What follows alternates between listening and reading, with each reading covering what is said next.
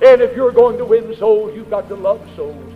In spite of their meanness, in spite of the way they look, in spite of everything, you've got to seek to bring souls to Jesus Christ because you love them, because Jesus loved them, and because Jesus died for them, and you're trying to bring them to the Son of God. Welcome back to another episode of Sandy Creek Stirrings, and of course, my name is Joshua Jimenez, your host. I'm glad to have you with me. Of course, I hope you had a wonderful Thanksgiving yesterday, and I know I did. Boy, do we enjoy the turkey. We had 2 turkeys, and phenomenal day we had at Thanksgiving with everybody who came. We had a few families from our church come, and boy, we just had a wonderful Thanksgiving together and really enjoyed the time, just the fellowship, and boy, the food. I mean, man alive, don't you love the food from Thanksgiving? I have a friend who lives over in Jacksonville, and we were talking recently, and, he said he wasn't a huge fan of Thanksgiving Day food. Have you ever heard of anybody like that? I've never heard of anybody before who doesn't like Thanksgiving Day food. I mean, the turkey. I mean, come on. Come on now, we're talking about good turkey. And I'm not talking about this dry turkey that's been in the oven for so long. It's like so dry. It's just, ugh. I mean, I'm talking about nice, moist turkey. And my wife makes a turkey every year, and she puts it overnight on, from the night before Thanksgiving through Thanksgiving morning, and she puts it overnight, and she does it upside down so it stays all moist, and boy, you wake up in the morning, and there's the smell of that turkey in the house, and all the little, the little fizzing and the hissing from the turkey, from the drippings and everything, and the heat is just phenomenal. It's almost part of the tradition of Thanksgiving to wake up to the smell of turkey. You got the turkey. I don't know about you, I can't eat turkey without cranberry sauce, and there's got to be cranberry sauce. It just the flavors merge so well together. So you have the cranberry sauce, and then you got green beans, and you get you some rolls and some mashed potatoes and some gravy, and I tell you what, some corn. Maybe you do corn on the cob. I don't know what you do. Typically, we have like a corn salad or something like that, and then we have the sweet potato casserole. Yes, you cannot have Thanksgiving without the sweet potato casserole. And then stuffing, the good stuffing. And then, I'm trying to think of what other things. My wife makes some honey glazed carrots that are really, really good. And I'm sure there's some other great things, but let me tell you what, those thoughts are already filling my mind. Who's ready for another round of Thanksgiving? I tell you what, I am, and you're probably sick of it. You're probably stuffed to, full to the brim, but I tell you what, I can go for another round of Thanksgiving. It's going to be pretty good. And so I tell you what, Thanksgiving for me and my family is really the intro to Christmas for the year. And that's when we begin Christmas, the Christmas trees and everything come out. And in fact, let me give you today just some things. We're going to talk about a few different things in regards to today. I know it seems like I just jumped subjects, but we're going to talk about some things today. And I'm going to bring it all together at the end and make a point. And so, but I just want to share some things with you from my life, from some things we do. I love Thanksgiving. Thanksgiving is probably right after Christmas Day. It's probably my second favorite day of the year. It may even be my favorite. It's probably a tie with Christmas. And because for me, as I was saying, Thanksgiving is the start of Christmas in essence. And so, as I said, when we get up on Thanksgiving morning, we can smell the turkey. It's an exciting day. I tell you what, we're just excited. My wife begins finishing up some of the different loose ends for the meal, and things are being prepared. And some years we stay home. We've had one year where my wife's parents and grandparents came over.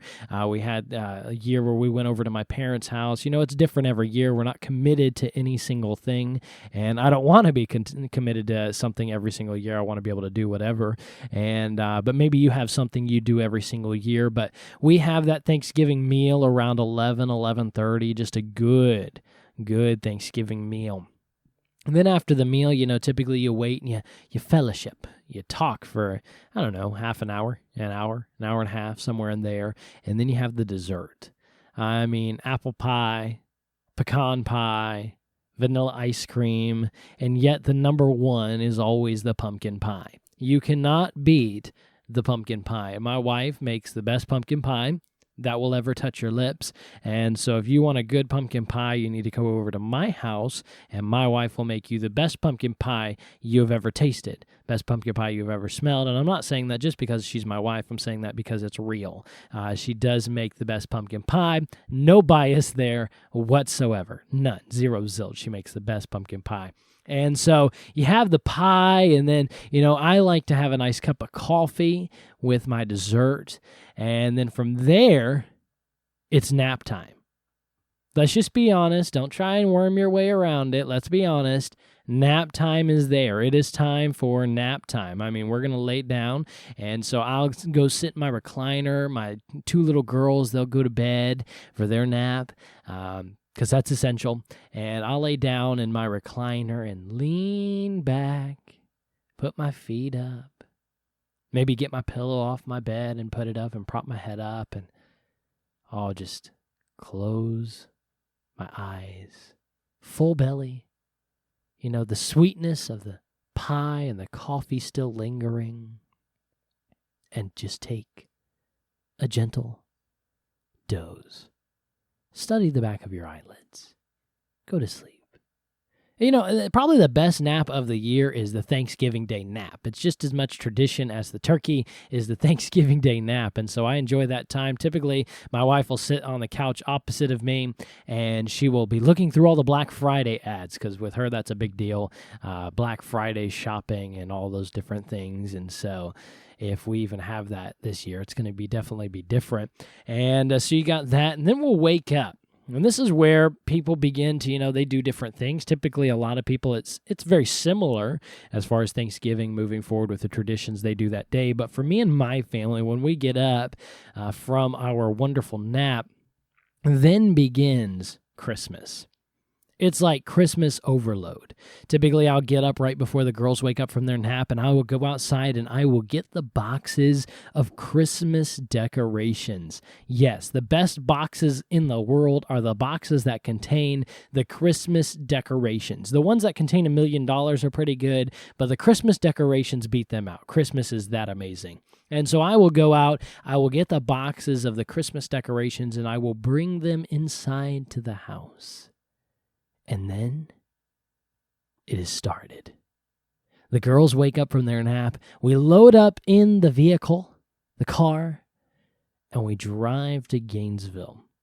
It's a drudgery, a half-hour drive. I mean, we live out the middle of nowhere. If you want to go to the next closest town, it's either Lake City, half an hour north, Gainesville, a half hour south. There's no in between. That's where you're going to go. We do have a Winn-Dixie about 10 minutes from us, but that's about it.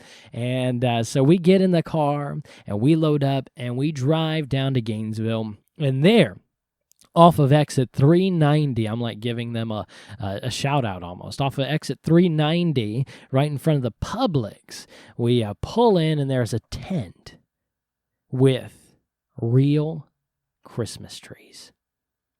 Now, there's much debate on, what kind of tree you should get. My grandmother is certainly a artificial tree fan, and if she's listening, hello, Grammy. Good, thank you for listening. And not to beat down on Grammy, but she likes the artificial tree. She likes, just to pull it out of the attic, let's be honest, dust off the cockroach and the mouse poop, and, pull it all out, still have some tinsel from last year, and, set it up. And, that's nice. You don't have to water it. But for me, there's something about a real Christmas tree. Like, it's a tree. It's not plastic. It's not metal. It's not like, ooh, look at your tree. It's like, ooh, look at my tree. It's a real Christmas tree. And you walk in and you can smell it. It isn't none of those artificial little sticks you hang on your tree. It ain't that candle you got going in the background. It's not that mist spray. It's legitimately the smell of the Christmas tree. And you walk in, and there's all those Christmas trees. There's the $300 Christmas trees that I can't afford, that are like 20 feet tall. And then there's the smaller Christmas trees. And so we go as a family, and we go into that tent, and we walk around, and we find the perfect Christmas tree. With an artificial tree, you don't have to worry about it having holes. It doesn't have any character. It's just like every other artificial tree out there. But this Christmas tree that we pick out each year has character. It's like no other Christmas tree we have ever had before. Each year, it's different.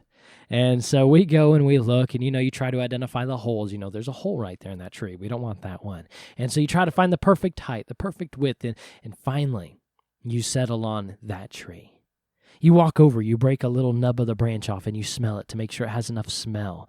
You really can't tell the difference because it smells so much like Christmas trees in there. You don't know if it's your tree or the tree next to it, but you still smell it to try and make sure your Christmas tree smells. And then you decide this is the tree. And then, like a mountain climber on top of Mount Everest, you grab a hold of your tree, and with a big smile on your face, you look at the attendant and say, "This is my tree."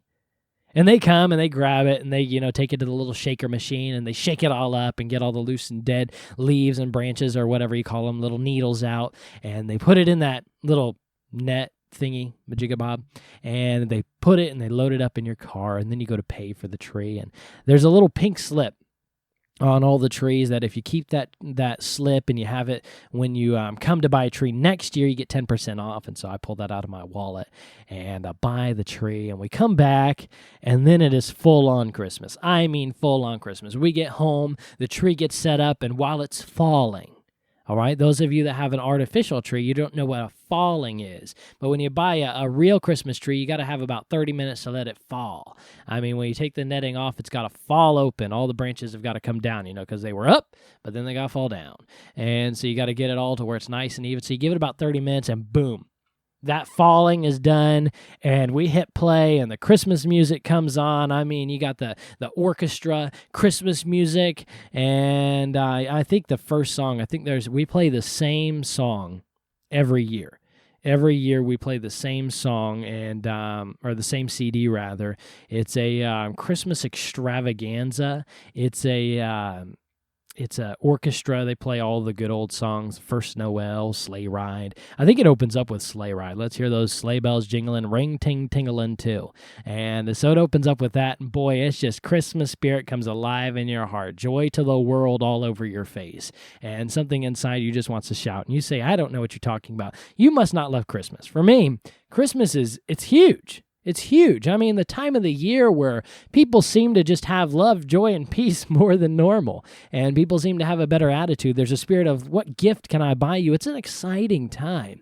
And so we begin to play the Christmas music, and we decorate the tree. I mean, talk about garland and ornaments and beautiful Star of Bethlehem on the top. And put it all up there and get that Christmas tree ready to go. But that's not all. No, that's not all. I mean, we're putting garland over the top of everything. We're decorating each and every single room. And you say, is that very in-depth? Absolutely. We live in a camper, so there's not a whole lot to actually decorate. And so we decorate everything. The countertops, the top of the slide. I mean, everything is decorated. And when you come in, it is literally Christmas Village.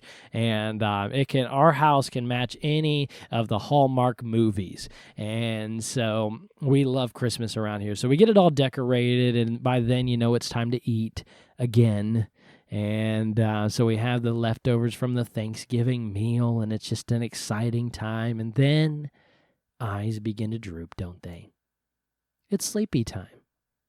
And so Liberty and Freedom begin to get sleepy and tired, and we put them in bed. And then comes the next part of a great Thanksgiving day. From there, my wife pulls out the blender. Yes, you heard that right. She pulls out the blender. And in that blender, she makes, while I set up the movie every single year, in that blender, she makes peppermint Oreo milkshakes.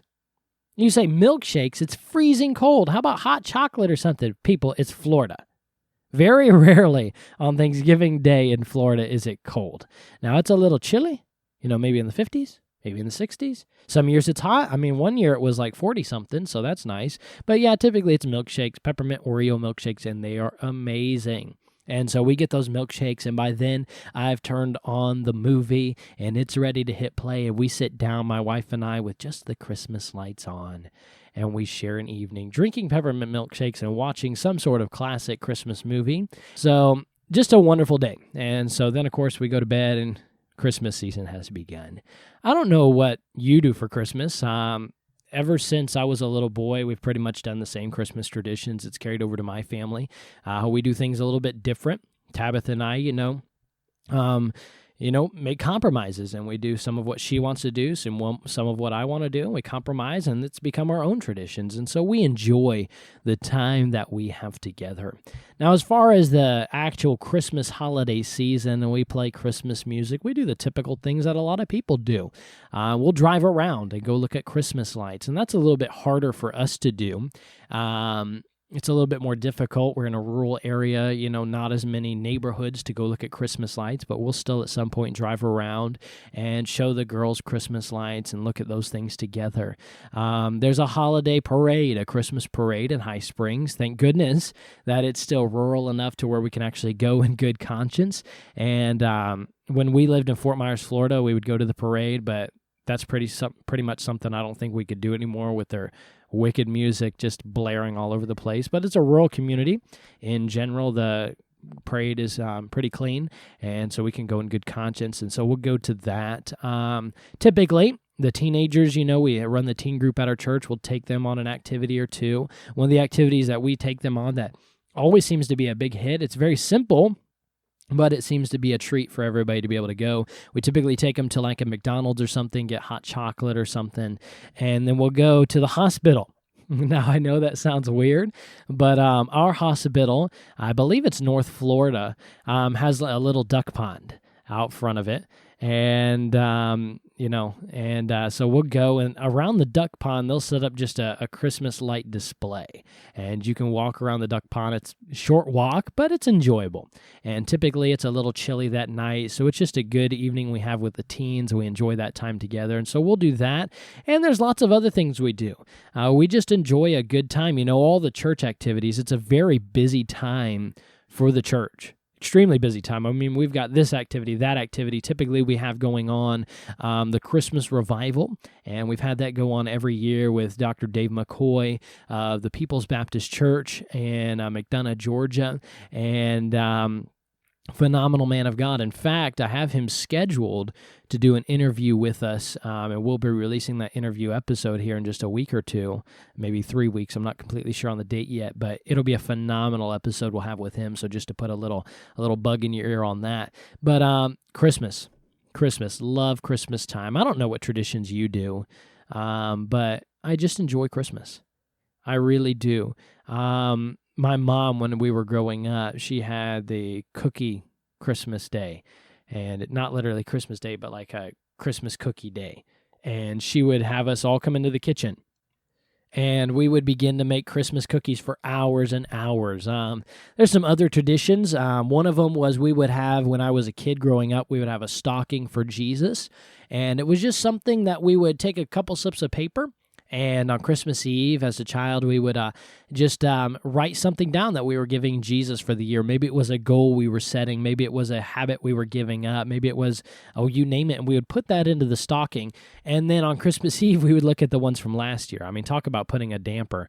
You're an Indian giver sometimes, and so that was discouraging. But and then there was the things that you were excited about that you had actually given Jesus, you didn't take back. And so now we do that on a church level, and so our entire church does that typically on a Christmas Eve service, and it's just a wonderful time. And Christmas is just a wonderful holiday. I've mentioned a lot of quote-unquote secular things, Christmas lights and Christmas parades and Christmas music and Christmas trees and all that. But let me not fail to mention that really, and sometimes we can say it and it's just a phrase and we don't even think about it, but truly, Jesus is the reason for the season. I mean, he really is. And if we as Christians fail to recognize him and to draw closer to him and remember him during this time, that, hey, we've truly failed Christmas. And so in all those things, many times throughout the Christmas season, we'll read the Christmas story with my girls, and we'll make sure they know, why do we celebrate Christmas? It's not just, the exciting things, the classic movies and the Christmas music and the Christmas trees. Those are all great and those are all wonderful, but the reality is Jesus is the reason for the season.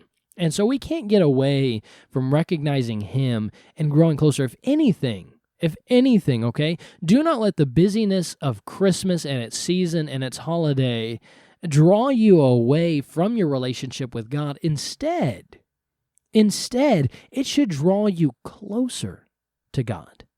It should draw you closer to God. This time should be something where you're so focused on Jesus. You're so focused on Him and His miraculous birth that you begin to draw closer to Him in your relationship with Him and your knowledge of Him. That's what should happen. You should never draw away from Christ, but you should only draw to Him during the Christmas season. And so let me encourage you to do that. And that's one of the reasons why here at Victory Springs, we have a Christmas revival every year, because sometimes we can let things slip where they shouldn't. And we want to make sure there's a big focus on Jesus Christ, because He is the main reason for the season. And I love Christmas. I'm sure you do too. And wake up on Christmas Day and we open the gifts, and it's just a great day together. And I typically like to stay home most of Christmas Day, just let my children enjoy their gifts. Hey, let me enjoy my gift. And I just stay home and enjoy the time together. And then, it's always kind of feels like a letdown, doesn't it? Christmas evening, it just feels like, it's over. It's all done. And but love Christmas. Looking forward to a great Christmas season this year. And I know some things are going on current event-wise in the news, and election and presidential stuff and all those, political stuff are happening during this time. Commit now to not allowing that to stop you from having just a wonderful Christmas, from having a wonderful holiday season. And so go ahead and decide, I'm not going to let anything destroy just the joyous spirit I can have. But I think one of the most important things, besides, of course, Christ and your relationship with Him and focusing on Christ during this time, I think one of the most important things we need to remember during this time is just to enjoy it together. To enjoy the time together. As much as I love Christmas, it is probably the most busy time of the year. I go into work and it's just busy. We're preparing, as I'm now on church staff, we've got all these different things that we're preparing for the end of the year. I mean, the theme for the new year, the goals for the new year, ordering decorations and things of that sort, preparing for the new year, filing reports, filing taxes, resubmitting our incorporations information. I mean, just a lot of stuff that we're preparing for. It's an extremely busy time of year. Not only that, but you've got all these different functions. We like to have an activity for each ministry group within our church, and so it is the most busiest time of the year, super busy.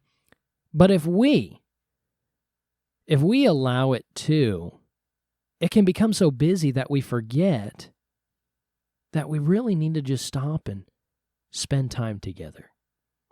Yes, you've got Christmas gifts to buy. Yes, you've got activities to go to. Yes, you've got traditions to keep and things to do. But remember, this is really a special time for you as a husband, as a wife, as a couple, as a family. This is a time for you to spend together, to draw closer to each other, to grow closer together, to make memories. Some of my greatest memories of my childhood come from the holiday seasons as I grew up at home. But it was all because my parents didn't allow the busyness of the season to get in the way of just spending time together. Look, you don't have to go to Disney World to make a memory that'll last a lifetime. You don't have to go to the Caribbean on a cruise to make a memory that'll last a lifetime. You don't have to, you name it. Sometimes the longest lasting memories are just those of time you spent together. I remember the times where as a kid we would sit down and we would watch It's a Wonderful Life together. I remember those days where Mom would make us all go into the kitchen and make Christmas cookies. I did not like their tradition. It was probably my least favorite Christmas day. Sounds great to some. I like the cookies afterwards, but boy, you get a whole bunch of people in one kitchen trying to make cookies. Doesn't always turn out great, but we enjoy it together. But I remember all those memories, and they weren't just big, huge, extravagant things. They were simply just, let's do something during the season to spend time together. Now, maybe you're a newly married couple, and let me encourage you, during this time, focus on, let's do this together. Let's make traditions together. Let's make memories together. I can still remember things from my wife and I's first Christmas, things that we did, things that we enjoyed together, the shopping that we did. I can remember those things. And we focused on building, what are some traditions we would like to make within our home? Some things we'll do every year.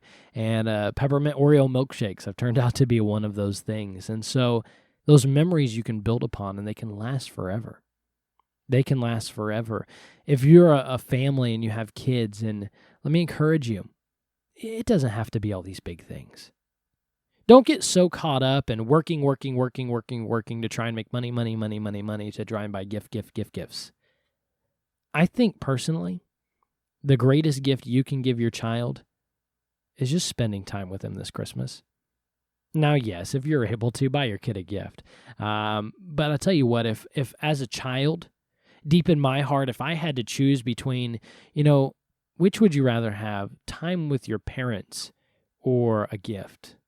I would have picked time with my parents because that made the biggest impact on me. If I can encourage you to do anything this year, spend time together. Please, spend time with your kids.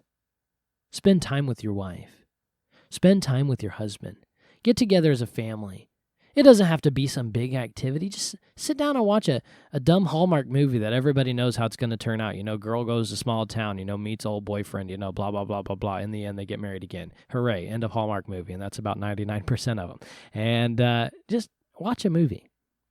Go drive around and look at Christmas lights. Go on a walk and share a cup of hot cocoa. Sit down and just look at your Christmas tree and talk about the holidays. Read the Christmas story together. I don't know, watch Charlie Brown Christmas. You can do whatever, but spend time together and enjoy it. Don't let other things get in the way. Don't allow your phone and texting people and calling and keeping up with Facebook and current events and Fox News and all these different things. Don't let that stop you from just putting it all aside and focusing on having a good time together and legitimately spending time together as a family.